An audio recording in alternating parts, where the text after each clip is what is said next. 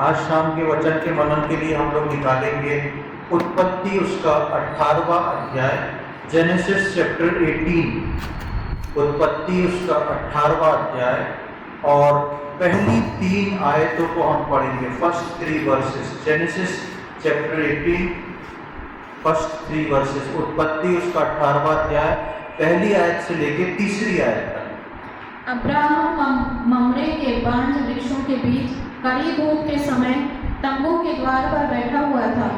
तब यहोवा ने उसे दर्शन दिया। उसने आंख उठाकर दृष्टि की तो क्या देखा कि ये 3 पुरुष उसके सामने खड़े हैं। जब उसने उन्हें देखा तब वह उनसे भेंट करने के लिए तंबू के द्वार से दौड़ा और भूमि पर गिरकर दंडवत की और कहने लगा, हे प्रभु, यदि मुझ पर तेरे अनुग्रह की दृष्टि है तो मैं विनती करता हूँ कि अपने दास के पास से चले न जाना। यहाँ पर हम एक दर्शन की बात को देखते हैं और आप परमेश्वर के वचन में पढ़ेंगे तो अब्राहम जो है उसको परमेश्वर ने कई बार दर्शन दिया। कई बार परमेश्वर ने डायरेक्ट बात करी, कई बार परमेश्वर के स्वर्गदूतों ने आके उससे बात करी, कई बार सपने में, कई ऐसी चीज़ों में अब्राहम जो है उसने परमेश्वर के दर्शन को पाए। यानी कि अब्राहम एक ऐसा व्यक्ति था जो परमेश्वर के बहुत करीब रहने वाला था और अक्सर इसको परमेश्वर के दर्शन मिलते थे और उन दर्शनों के द्वारा परमेश्वर अब्राहम से बात करता था। उत्पत्ति के 12वें अध्याय में परमेश्वर ने पहले अब्राहम को दर्शन दिया और अब्राहम को दर्शन देके परमेश्वर ने एक ऐसे स्थान को जाने को बोला था जहां पर अब्राहम नहीं जानता और अब्राहम निकल जाता है। वहां पर चलते चलते हमने पिछले दिनों में देख रहे थे कि अब्राहम जहां जहां जाता था वेदियां बनाता था, परमेश्वर से संपर्क में था। परमेश्वर जो जो बात उसको सिखाता था, करता था, अब्राहम उन सारी बातों को करता जाता था। परमेश्वर के पूरे गाइडेंस में अब्राहम चलता था। जब हम इसके 18वें अध्याय में आते हैं तो 18वें अध्याय में वैसे ही एक दर्शन अब्राहम को मिलता है। जैसे अक्सर दर्शन अब्राहम लिया करता था, परमेश्वर से मिले करते थे, ये थोड़ा सा फर्क था। यहाँ पे 3 दूत को अब्राहम देखता है। हम पढ़ते हैं, अब्राहम ममरे के बांज वृक्षों के बीच कड़ी धूप के समय तंबू के द्वार पर बैठा हुआ था। ये जिस स्थान पर अब्राहम रहता था वहाँ ममरे के बांज वृक्ष का एक घना झुरमुट था, बहुत ढेर सारे थे और उन्हीं वृक्षों के बीच में उसने अपने तंबू को छांव में बना रखा था। और लिखा है कि वो उस वक्त अपने तंबू के पास था, बैठा हुआ था, तब उसको ये दर्शन मिला और उस दर्शन लिखा है तब यहोवा ने उसे दर्शन दिया। उसने आंखें उठाकर दृष्टि की तो क्या देखा कि 3 पुरुष उसके सामने खड़े हैं। ये पुरुष कहाँ से आए, कैसे चल के आए, इसको नहीं मालूम। जब अब्राहम अकेला है तब ये 3 पुरुष आके इसके सामने खड़े हो जाते हैं और हम देखते हैं कि अब्राहम इनको देखते ही समझ जाता है कि ये कोई दर्शन है, परमेश्वर की तरफ से भेजे हुए दूत है।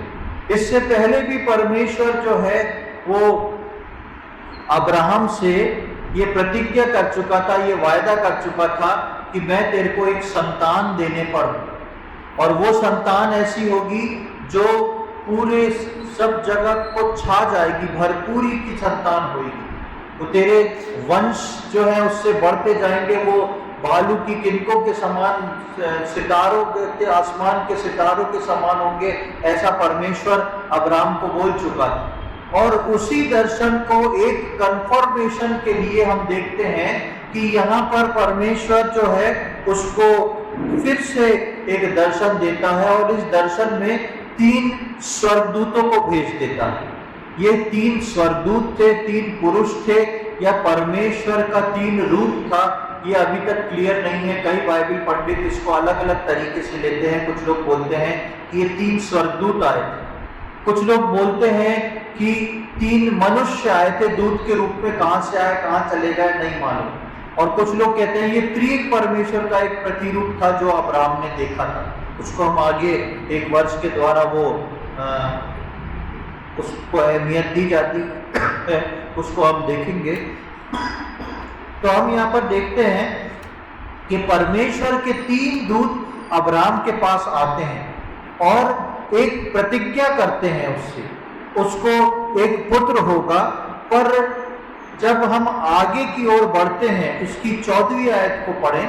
ये जो हमने अभी पढ़ा 18वें अध्याय में, ये इसके 18वीं आयत से लेके 12-13 आयत तक वो लोग पूरी प्रतिज्ञा करते हैं, उसको आप बाद में पढ़ सकते हैं। 14वीं आयत को देखें। क्या यहोवा के लिए कोई काम कठिन है? नियत समय में अर्थात वसंत ऋतु में मैं तेरे पास फिर आऊंगा और सारा के पुत्र उत्पन्न होगा। यहाँ पर हम देखते हैं कि सारा जो थी अब्राहम की पत्नी, वो तंबू के अंदर थी। जब आप इसको पूरा पढ़ेंगे तो आपको ये वाक्यात समझ में आएगा। सारा जो थी अब्राहम की पत्नी, वो तंबू के अंदर थी और ये 3 जो व्यक्ति आए थे, ये तंबू के बाहर जहाँ पर अब्राहम था वहां बैठ के अब्राहम को ये बात बोलते हैं। और ये बात जो है सारा अंदर से सुन लेती है और सारा को हंसी आ जाती है। सारा को हंसी इसलिए आ जाती है क्योंकि सारा जानती थी कि मैं और मेरा पति जो है अब इस एज में नहीं है कि हमको कोई संतान उत्पन्न हो। हम शारीरिक रूप से दुर्बल और कमजोर हो चुके हैं, अब हमको कोई संतान नहीं हो सकती।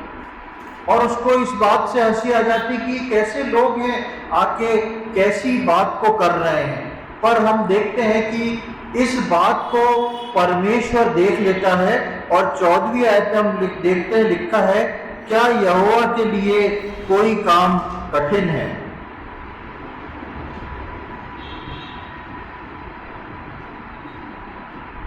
तो यहां पर हम देखते हैं कि इस प्रकार से बोला गया कि क्या यहोवा के लिए कोई काम कठिन है, और ये बात परमेश्वर देख लेता है सारा के लिए।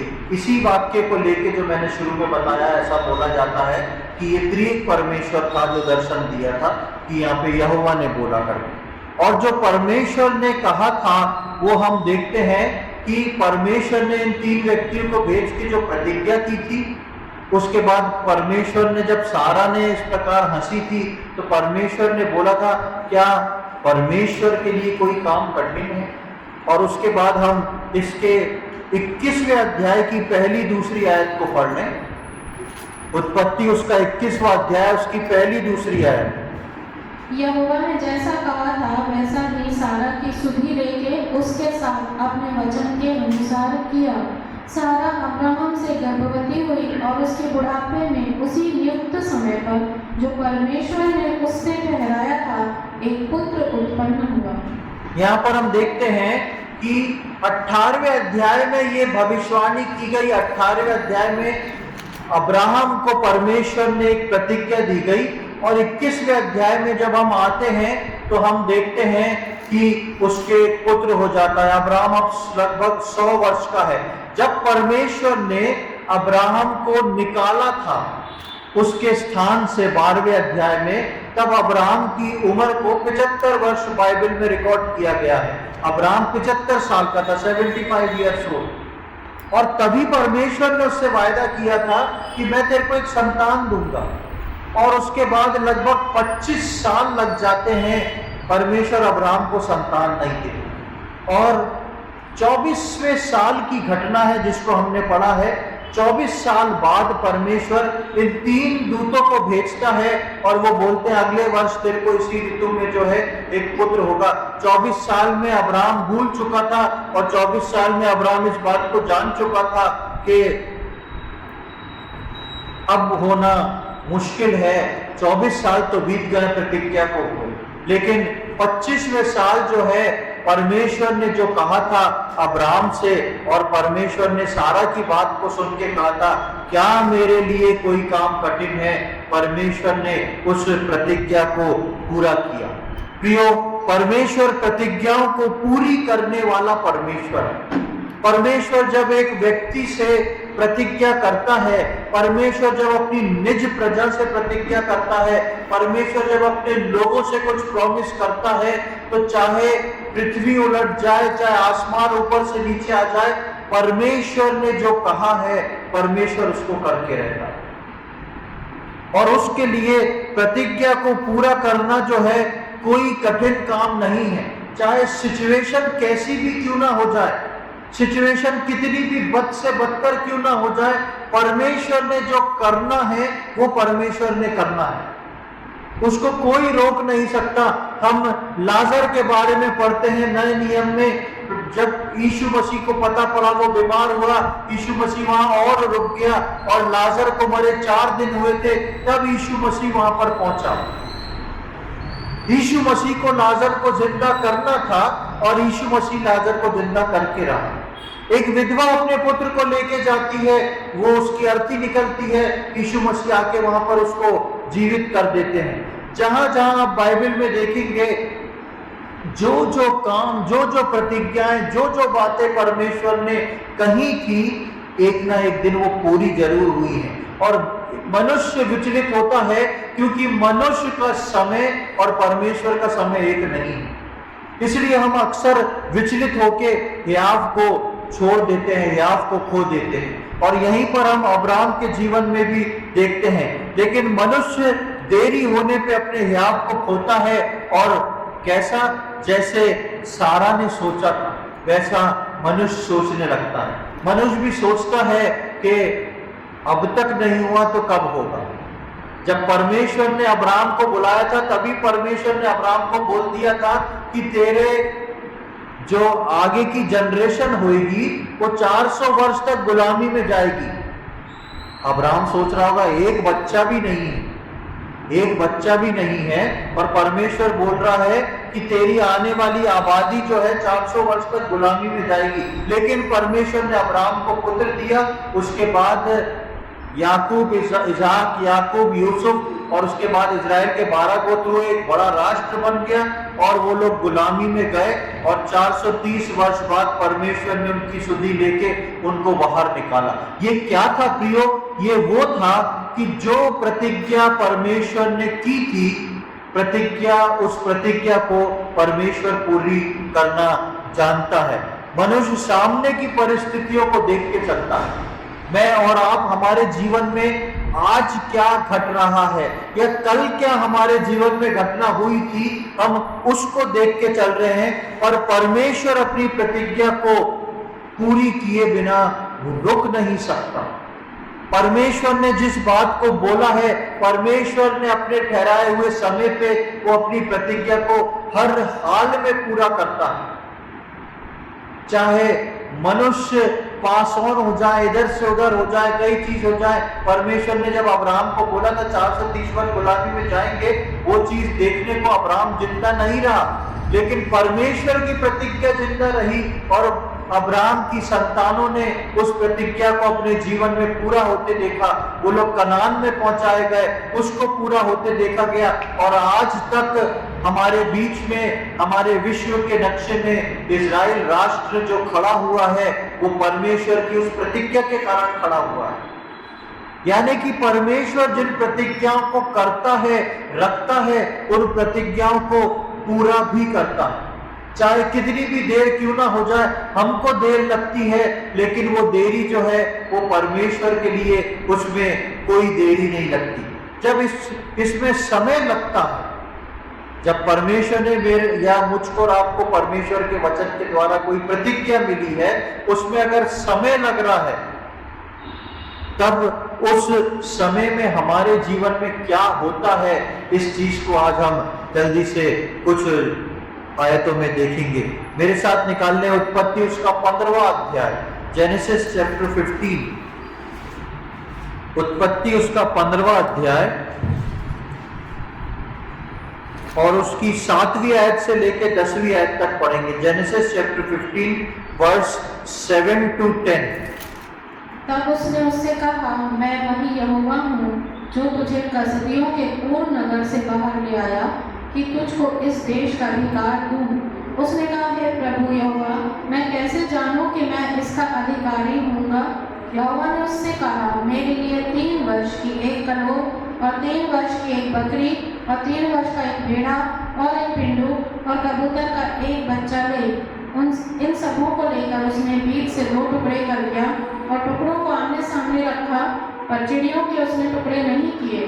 जब मांसाहारी पक्षी लोथों पर झपटे, तब अब्राम ने उन्हें उड़ा दिया। बस यहाँ पर हम जब 7वीं आयत से लेकर 10वीं आयत तक देखते हैं तो हम देखते हैं, आप अगर उससे पहले पढ़ेंगे तो परमेश्वर वहां पर फिर से एक बार जो है अब्राहम को बोलता है कि मैं तुझे एक पुत्र दूंगा और तेरे इतने वंशज हो जाएंगे, इतना वंश होगा कि तू जो है आकाश के जितने तारे देख रहा है उस प्रकार से होगा। तब अब्राहम ये बात परमेश्वर से बोलता, परमेश्वर मैं कैसे जानूं कि ये बात पूरी होगी। और उस बात को जानने के लिए एक बहुत खास घटना घटती है। दर्शन में परमेश्वर उसको एक और दर्शन देता है।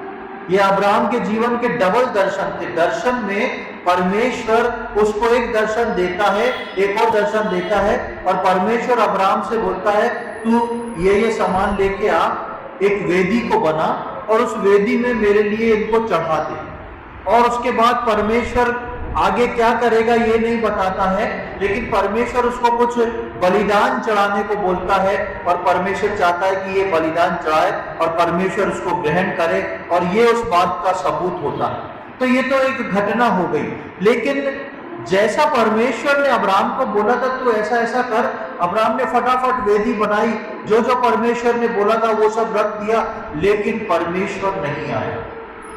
अब्राहम ने वेदी बनाई, सब कुछ वैसी रख दिया, लेकिन परमेश्वर नहीं आया। अब अब्राहम जो है वेदी बना के जो जो जानवर पक्षी परमेश्वर ने बोले थे उनको मार के काट के लगा दिया है वेदी के ऊपर। अब अब्राहम रुका हुआ है कि क्या हुआ उस परमेश्वर का जिसने बोला था कि वो आके, उसने बोला था ये ऐसा ऐसे करना, और उसका इंतजार कर रहा है कि अब क्या होगा, लेकिन कुछ होता नहीं है। जब 11वीं आयत में हम आते हैं तो लिखा है जब मांसाहारी पक्षी लोथों पर झपटे तब अब्राहम ने उन्हें उड़ा दिया।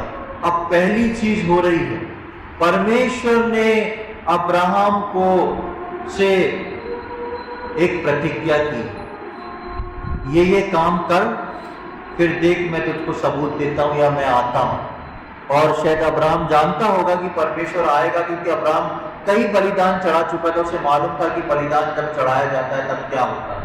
लेकिन यहाँ पे अब्राहम ने बलिदान चढ़ा दिया है और अब्राहम बैठा हुआ है, लेकिन परमेश्वर कुछ नहीं कर।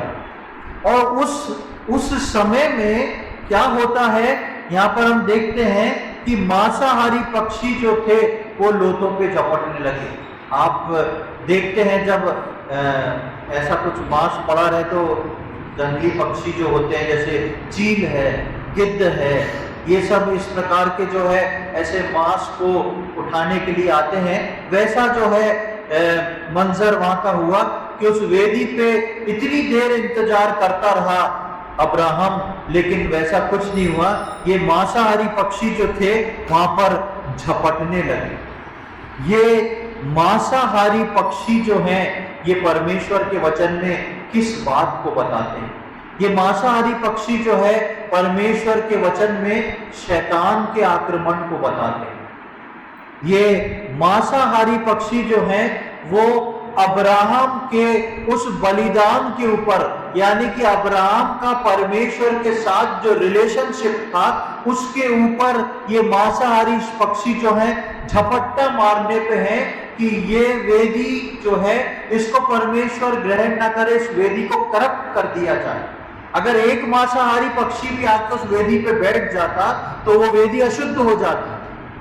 और ऐसे में एक तो इंतजार कर रहा है कौन? अब्राहम की, अभी तक कुछ हुआ नहीं।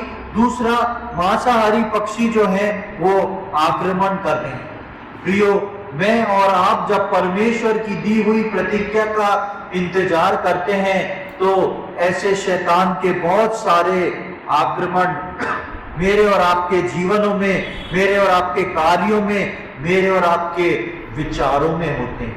अक्सर हम 1 तारीख को परमेश्वर के वचन को, प्रतिज्ञाओं को उठाते हैं और कई बार ऐसा हो जाता है कि पूरा साल बीत जाता है, हमको लगता है कि ये प्रतिज्ञा तो पूरी हुई नहीं, इस प्रतिज्ञा को मैंने ऐसा कुछ होता देखा नहीं।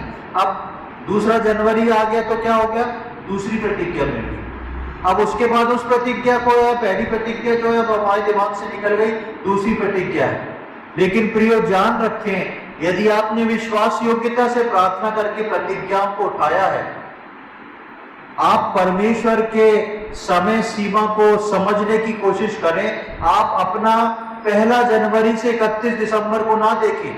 परमेश्वर ने यदि आपको कोई प्रतिज्ञा दी है, वो कितने साल पुरानी भी हो जाए, उसको भी आप पूरा होते हुए अपने जीवन में देखेंगे। क्यों?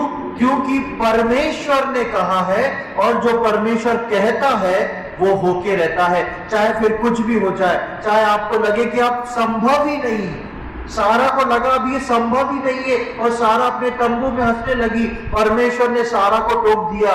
क्या परमेश्वर के लिए कोई काम असंभव है? परमेश्वर, मेरा और आपका परमेश्वर जो है, समय सीमाओं के अंदर काम नहीं करता, वो समय और सीमा के बाहर होके काम करता है। परमेश्वर की महिमा इसी बात में है, जब वो समय सीमा के बाहर काम करता है, तभी तो वो परमेश्वर कहलाता है। समय सीमा जो है मनुष्य के लिए ठहराई हुई है, लेकिन परमेश्वर जो है वो समय सीमाओं के बाहर जाके काम करने वाला परमेश्वर है। और यहाँ हम देखते हैं, जब मनुष्य की समय सीमा टूट जाती है, ये बड़े बड़े गिद्ध और चील मेरे और आपके ऊपर आक्रमण करते हैं। ये मेरे और आपके ऊपर जो है प्रश्न चिन्हों को लाते हैं, डाउट्स को लाते हैं। ये मेरे और आपके जीवन में डिस्टर्बेंस को लाते हैं। क्या हुआ? परमेश्वर ने तो बड़ी ऐसी प्रतिज्ञा की थी, तुम्हारे जीवन में तो कुछ हुआ नहीं, तुमने तो ऐसी प्रार्थना करी थी, अब तक कोई उत्तर नहीं आया। क्या हुआ? तुम इतना कष्ट सह रहे हो, लेकिन परमेश्वर तुम्हारी सुधि नहीं ले रहा। ये सब क्या है? ये सब वो आक्रमण है जो मेरे और आपके जीवन में होता है। वो इरिटेशन है जो हर रोज होता है। आप सोच के देखें, अब्राहम की उम्र इस वक्त कितने वर्ष है जब ये घटना घटी होगी? तो मैंने अभी आपको कैलकुलेशन बताया, 100 नहीं, थोड़ा सा मैंने बोला 25 वर्ष तक इंतजार किया, और 1 साल पहले ये घटना हुई, तो कितना हो गया? 99। एक 99 ईयर्स ओल्ड व्यक्ति वेदी बनाया हुआ है, मेहनत लगी है उसको, बलिदान किया है पशुओं को, मेहनत लगी, उसका पसीना बहा है, अब थक के बैठा है कि अब परमेश्वर आए। एक 99 वर्ष का व्यक्ति उस वेदी को बना के बैठा है और परमेश्वर कुछ कार्य नहीं कर रहा। एक इरिटेशन तो होएगा, एक इरिटेशन तो होएगा, खराब लगेगा, क्या करूं मैं, कैसे करूं? और उसके अंदर अब्राहम किसी दूसरे को इन्वॉल्व नहीं कर सकता कि चलो तुम यहाँ थोड़ी देर बैठो, मैं आराम करके आ रहा हूं। ऐसा अब्राहम नहीं कर सकता, क्योंकि वो वाचा अब्राहम के साथ बंधी हुई है। मेरे और आपके जीवन में भी प्रियो, मैं और आप जब ऐसी वेदी बनाते हैं और वेदी बना के परमेश्वर की प्रतिज्ञाओं का इंतजार करते हैं, ठहरना आपको ही पड़ेगा। हो सकता है आपका मन विचलित हो सकता है आप भयभीत हो सकता है आपको अच्छा ना लगे, हो सकता है आपको इरिटेशन हो, लेकिन ठहरना आपको पड़ेगा। और ये बात जान के रखें कि आपका ठहरना कभी भी व्यर्थ नहीं जाएगा, क्योंकि उसने बोला है और वो आएगा जरूर। और हम यहाँ पर देखते हैं कि जब 11वीं आयत में लिखा है, जब मांसाहारी पक्षी लोथ पर झपटे, तब अब्राहम ने क्या किया? क्या लिखा है? उन्हें उड़ा दिया। उन्हें उड़ा दिया। इन मांसाहारी पक्षियों को, यानी कि शैतान के कामों को, मुझको और आपको उड़ाना बहुत जरूरी है। मेरे और आपकी बनाई हुई वेदी पे, मेरे और आपके बनाए हुए परमेश्वर के साथ रिलेशनशिप में जब जब ये शैतान इस प्रकार के डाउट्स को लेके आता है, इस प्रकार के फेलियर्स को लेके आता है, इस प्रकार के बैकस्लाइडनेस को लेके आता है, मुझको और आपको उसको उड़ाना है। मुझको और आपको उसको इंटरटेन नहीं करना है, लो चिड़िया आ गई तुम भी थोड़ा सा खाने चली जाओ। मुझको और आपको उसके लिए लड़ना है। मुझको और आपको इस प्रकार से प्रार्थना के साथ वो उद्धार के वस्त्रों को पहन के, वो उद्धार की टोप को, आत्मा की तलवार, वचन की तलवार को लेके, मुझको और आपको इन बैठने वाले पक्षियों को उड़ाना है अपनी वेदी से। ऐसा ना हो कि ये पक्षी आके आपकी वेदी में बसेरा बना ले, घोंसला बना ले। ऐसा ना हो आपकी वेदी पुरानी हो जाए, ऐसा ना हो आपकी वेदी गंदी हो जाए, ऐसा ना हो आपको अपनी वेदी की शुद्धिकरण का ध्यान ना रहे। एक रिलेशनशिप हर रोज बनाना जरूरी है और जागृत रहना है। जहां शैतान ने आक्रमण किया वहां पर उसको उड़ाना है। उसके बाद हम 12वीं आयत में आते हैं। 12वीं आयत में लिखा है, जब सूर्य अस्त होने लगा तब अब्राहम को भारी नींद आई। सूर्य अस्त होने लगा, यानी कि परमेश्वर ने पता नहीं कब बात करी होगी, नहीं मालूम। अब सूर्य अस्त होने लगा, धीरे धीरे सूरज डूब रहा है। अब्राहम को बैठे बैठे पूरा दिन शायद निकल गया है, लेकिन कुछ नहीं हुआ।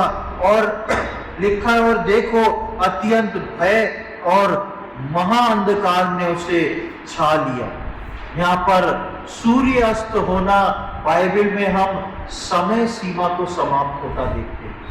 सूर्य अस्त होना बाइबल में समय सीमा को समाप्त होता देखते हैं। यहाँ पे सूर्य अस्त होने पर है। अब्राहम के मन में और डाउट बढ़ रहे होंगे, परमेश्वर ने आज का ही दिन कहा था कि कोई और दिन कहा? परमेश्वर क्यों ऐसा कर रहा है? परमेश्वर को तो आके ये बलिदान ग्रहण करना है, भेंट ग्रहण करना है, फिर क्यों इसमें समय लग रहा है? पहले वो पक्षी आए, और ये जो पक्षी एक बार आके देख लेते ना मांस, जब तक ये उठा नहीं ले तब तक उनको चैन नहीं पड़ता। यानी कि वो पक्षी जो आए उसके बाद आते रहे होंगे जब तक सूर्य अस्त नहीं हो जाता। और लिखा है अब सूर्य अस्त होने लगा, यानी कि समय सीमा जो है समाप्त होने लगी। उस पक्षियों के बाद एक और प्रॉब्लम आ रही है कि वो समय जो अब्राहम ने सोच के रखा था वो समय निकल रहा है। अब्राहम सोच रहा है ये क्या हो रहा है, समय सीमा इतनी तेजी से निकलती जा रही है, अब क्या होगा? और हम देखते हैं कि उसको भारी नींद और भय ने छा लिया। भारी नींद जो है वो शारीरिक दुर्बलता को बताती है। भारी नींद जो है वो शारीरिक दुर्बलता को बताती है और मजबूरी को बताती है। और यहाँ पर अब अब्राहम अकेला है, अब उसको नींद भी आ रही है, समय सीमा पार हो चुकी है, शरीर जो है दुर्बल पड़ रहा है, वो उतनी देर बैठ नहीं सकता। और हम देखते हैं एक डर उसके अंदर आ गया। जब घोर अंधकार ने, वहां पर आप 12वें में पढ़ेंगे, महाअंधकार ने उसे छा लिया। एक घोर अंधकार आ गया, यानी कि सूरज अस्त होता चला गया, होता चला गया, होता चला गया, और अब जो है महाअंधकार ने उसको छा लिया है। उस समय लाइट का प्रबंध नहीं है कि अब्राहम लाइट ऑन करके बैठ जाए। घोर अंधकार में अब्राहम बैठा है, और जब घोर अंधकार में अब्राहम बैठा है तो अब्राहम को नहीं मालूम मेरे आसपास क्या हो रहा है, क्या चीजें चल रही हैं। लेकिन अब्राहम एक काम कर रहा है, वो अपनी बनाई हुई वेदी के पास बैठा है। प्रियो, मेरे और आपके जीवन में ये घोर अंधकार का समय, ये भारी नींद का समय तब आता है जब हम परमेश्वर की प्रतिज्ञाओं का विश्वास करके इंतजार करते हैं। कई बार हम सोचते हैं परमेश्वर ने बोला है, ये मेरे जीवन में क्यों पूरा नहीं हो रहा? परमेश्वर ने तो कहा था 2 वर्ष पहले मुझे ये वर्ष मिली थी, लेकिन आज तक पूरी क्यों नहीं हुई है? लेकिन याद रखें, आप उस वर्ष को भूल सकते हैं, आप उस प्रॉमिस को भूल सकते हैं, लेकिन परमेश्वर जो है वो कभी नहीं भूलता। उसमें शैतान आक्रमण करेगा, समय सीमा समाप्त होगी, आपके अंदर भय आएगा, डर आएगा, आप दुर्बल हो जाएंगे। लेकिन जब इसकी 17वीं आयत में आते हैं तो देखें क्या लिखा हुआ है, 15 का 17। और ऐसा हुआ कि जब सूर्य अस्त हो गया और घोर अंधकार छा गया, तब एक अंगीठी जिसमें से धुआं उठता था और एक जलती हुई मशाल दिखाई दी, जो उन टुकड़ों के बीच में से होकर निकल गई। और हम यहाँ देखते हैं, जब सूरज अस्त हो गया, महाअंधकार छा गया, लेकिन तब जो थी उस अंधेरे में क्या दिखाई दी? एक अंगीठी दिखाई दी। उस अंधेरे में, उस घोर अंधेरे में वो अंगीठी अब्राहम को चमकती हुई रोशनी के समान दिखाई दी होगी। उसका इंतजार करना व्यर्थ नहीं हुआ। वो चमकती हुई रोशनी उसके घोर अंधकार में प्रकट हुई, और उस अंगीठी उन मांस के टुकड़ों के बीच में से होके निकली, यानी कि उसने उनको जला दिया, और परमेश्वर ने उसकी भेंट को ग्रहण कर लिया। और परमेश्वर ने आशीष दी कि मैंने जो बोला था वो होगा। शुरू में हमने पढ़ा था ना कि अब्राहम बोलता है परमेश्वर ये होगा, ये बात मैं कैसे जान सकता हूं? परमेश्वर बोला ये तुम ऐसे जान सकते हो, समय लग सकता है, शैतान तुम पे आक्रमण कर सकता है, तुम शारीरिक दुर्बलता में जा सकते हो, भारी नींद में जा सकते हो, भय में जा सकते हो, लेकिन याद रखना मैंने जो प्रतिज्ञा तुमसे बांधी है मैं उस प्रतिज्ञा को पूरा करने जरूर आऊंगा। प्रियो, परमेश्वर ने मेरे और आपके साथ बहुत सारी प्रतिज्ञाएं कर रखी, बहुत सारी पूरी भी हो चुकी हैं, बहुत सारी अभी भी स्टैंड बाय में है, लेकिन याद रखें परमेश्वर अपनी बोली हुई बात को जरूर पूरा करता है, चाहे कितना भी समय क्यों ना बीत जाए। परमेश्वर ने जो कहा है वो परमेश्वर करेगा। और इसी के साथ एक आयत को मैं और आपके सम्मुख पढ़ूंगा, मेरे साथ निकालें 2 पतरस उसका 3 अध्याय, 2 पीटर चैप्टर 3। प्रतिज्ञाओं के विषय में हम देख रहे हैं और उसी प्रतिज्ञा के लगाव में हम इस बात को देखेंगे। मेरे साथ निकालें 2 पतरस 3 अध्याय उसकी 3 आयत। पहले यह जान लो कि अंतिम दिनों में हंसी ठट्ठा करने वाले आएंगे, जो अपनी ही अभिलाषाओं के अनुसार चलेंगे। और इसकी 4 आयत और कहेंगे उसके आने की प्रतिज्ञा कहाँ गई, क्योंकि जब से बाप दादे सो गए हैं सब कुछ वैसा ही है जैसा सृष्टि के आरंभ से था। यहाँ पर हम देखते हैं कि परमेश्वर जो है, पतरस यहाँ पे इन वचनों को लिख रहा है और यहाँ पे जिस बात को लिखा है वो बात है प्रभु यीशु मसीह के दूसरे आगमन के लिए। और पतरस इस बात को लिख रहा है कि पहले ये जान रखो कि अंत के दिनों में हंसी ठट्ठा करने वाले आएंगे, जो अपनी अभिलाषाओं के अनुसार चलेंगे और कहेंगे उसके आने की प्रतिज्ञा कहाँ गई। ये कौन बोलेंगे आपको पता है, मैं एक बार और बता चुका हूं, ये विश्वासी जन बोलेंगे। अविश्वासियों को नहीं मालूम कि प्रभु यीशु मसीह आने वाला है। जो परमेश्वर के वचन को जानते, चर्च जाते, सुनते हैं, उनको मालूम है कि यीशु मसीह आने वाला है। और ये परमेश्वर के लोग बोलना शुरू करेंगे कि उसके आने की प्रतिज्ञा कहाँ रही। जब से हमारे बाप दादा है तब से रोज का जीवन ऐसे ही चलता चला जा रहा है और उसका आगमन जो है कहीं नहीं, कहीं से कहीं नहीं हो रहा है। परमेश्वर ने ये प्रतिज्ञा की थी। यीशु मसीह ने यूहन्ना के 14वें अध्याय में बोला था कि मैं अपने पिता के घर जो हूं एक जगह तैयार करने जा रहा हूं और वो जगह तैयार करके तुम्हारे लिए जगह तैयार करके मैं शीघ्र जो हूं आने वाला हूं, जहां आके तुमको अपने साथ लेके जाऊंगा।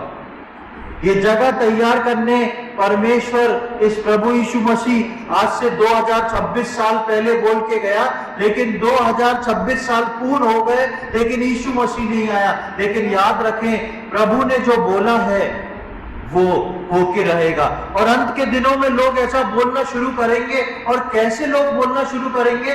जो परमेश्वर के वचन को जानते हैं, जो परमेश्वर के वचन को जानते हैं वो बोलेंगे हाँ हमें मालूम है प्रभु आएगा, लेकिन अभी तो नहीं आ सकता।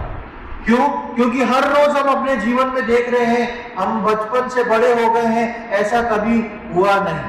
लेकिन प्रियो, प्रभु अपनी उस प्रतिज्ञा को पूरी करेगा। इसकी 10वीं आयत को और पढ़े। परंतु प्रभु का दिन चोर के समान आ जाएगा। उस दिन आकाश बड़ी हड़हड़ाहट के शब्द से जाता रहेगा और तत्व बहुत ही तप्त होकर पिघल जाएंगे और पृथ्वी और उस पर के काम जल जाएंगे। परंतु प्रभु का दिन चोर के समान आ जाएगा। ये परमेश्वर की प्रतिज्ञा है प्रियो, मेरे और आपके लिए। क्यों? क्योंकि परमेश्वर ने इस बात को बोला है। इसीलिए मैंने अब्राहम के जीवन को शुरू से दिखाया कि अब्राहम के जीवन में जब परमेश्वर ने एक प्रतिज्ञा को दिया, सारा को हंसी आ गई, लेकिन परमेश्वर ने बोला क्या मेरे लिए कोई काम कठिन है? और खासकर परमेश्वर का अपनी प्रतिज्ञाओं को पूरा करना कोई कठिन नहीं है। चाहे सिचुएशन कुछ भी क्यों ना हो जाए, उस सिचुएशन में हमने देखा कि आकाश के पक्षी आ रहे हैं उन लोथों को खाने के लिए। अंधकार आ रहा है, सूर्य अस्त हो रहा है, कुछ भी होता दिखाई नहीं दे रहा। लेकिन जब घोर अंधकार हो गया तो उसमें एक अंगीठी अब्राहम को दिखाई दी। प्रियो, मैं और आप एक ऐसे घोर अंधकार के समय में आ चुके हैं। और याद रखें, परमेश्वर ने कहा है और प्रभु यीशु मसीह शीघ्र मेरे और आपके जीवन में आने वाला है। आप कई समय से देख रहे होंगे, कई समय से कुछ साल के गैप्स में अलग अलग जगहों पे युद्ध हो रहे हैं। विशेषकर इजराइल, अमेरिका, ईरान के नामों को आप हर जगह पर देख रहे हैं। ये युद्ध जो है, ये धीरे धीरे इस बात को बता रहा है कि हम प्रभु यीशु मसीह के करीब आ रहे हैं, उसके आगमन के बहुत करीब आ चुके हैं। उसका आगमन जो है वो मेरे और आपके जीवन में कभी भी हो सकता है। हम इतने करीब आ पहुंचे हैं, क्यों? क्योंकि उसने जो प्रतिज्ञा की है उस प्रतिज्ञा को वो पूरा करके रहेगा। परमेश्वर ने चाहे आपसे इंडिविजुअल आपकी सालाना प्रतिज्ञाएं की हो, परमेश्वर ने आपसे आपके आत्मिक जीवन, आपके विश्वासी जीवन में कुछ कहा हो, प्रतिज्ञा की हो, चाहे वो प्रतिज्ञा प्रभु यीशु मसीह के आगमन की हो, याद रखें परमेश्वर ने अब्राहम के जीवन में पूरा किया, वो आपके और मेरे जीवन में भी पूरा करेगा। वो प्रतिज्ञा पूरी होने के समय आ चुका है। हम 2026 में प्रवेश कर चुके हैं और 2026 जो है विश्वासियों की वो सारी आशीषित प्रतिज्ञाएं पूरी होती जा रही हैं और बहुत जल्द हम प्रभु यीशु मसीह के आगमन की प्रतिज्ञा को भी पूरा होते हुए देखने पाएंगे। जब हम कहेंगे इस घोर अंधकार में हम अब्राहम के समान उस अंगीठी को, उस प्रकाश को आता देखेंगे और हम बोलेंगे मेरा प्रभु यहाँ है। हमने पढ़ा कि अंत के दिनों में ऐसे लोग खड़े होंगे जो बोलेंगे उसके आने की प्रतिज्ञा का क्या हुआ। लेकिन याद रखें, मैं और आप उनमें से ना बने। मैं और आप ऐसे शैतान के हथियारों को दूर करें, ऐसे चिड़ियों को उड़ा दें हम अपनी वेदी से और विश्वास में बलवंत होके और थोड़े समय हियाव बांध के बैठ जाएं, क्योंकि परमेश्वर का वचन बोलता है आने वाला आएगा और देर नहीं करेगा। हमारा प्रभु शीघ्र आने वाला है और हम उसके आगमन से पहले प्रभु यकीन जाने जितनी प्रतिज्ञाएं उसने आपको दी हैं वो पूरी करके ही आपको स्वर्ग लेके जाएगा। हम उन प्रतिज्ञाओं के लिए परमेश्वर को धन्यवाद दें, उसके आगमन की बात जो है उसकी स्तुति आराधना करें और धन्यवाद देके हम समतल होके खड़े हो जाएं, क्योंकि हमारा छुटकारा इस पृथ्वी पर से बहुत शीघ्र आ चुका है, आने वाला है। प्रभु इन वचनों को समझने में हम में से प्रत्येक की सहायता करें। प्रभु के नाम की महिमा। हम जो जीवित बचेंगे उसके साथ बादलों पर उड़ जाएंगे। होशाना होशाना होशाना होशाना। हम जो जीवित और बचे रहेंगे उसके साथ बादलों पर भी जाएंगे। की हवा में प्रभु से मिले की तरह के साथ रहेंगे। धन्यवाद हो प्रभु का, हालेलुया के गीत सदा वहाँ पर गाते रहेंगे। धन्यवाद हो प्रभु की, हालेलुया के गीत सदा वहाँ पर गाते रहेंगे। वो प्रभु आता है, स्वर्ग से वो जल रहा है। परमेश्वर की तुरी उठी जाएगी और जो मसीह में मरे जी उठेंगे।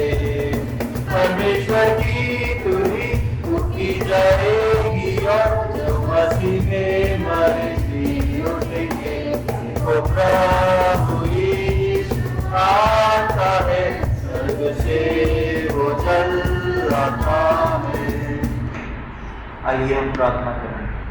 प्रभु जी, हम धन्यवाद देते हैं इस सुंदर समय के लिए। एक और बार आपने हमारे जीवनों में ये अवसर प्रदान किया प्रभु जी।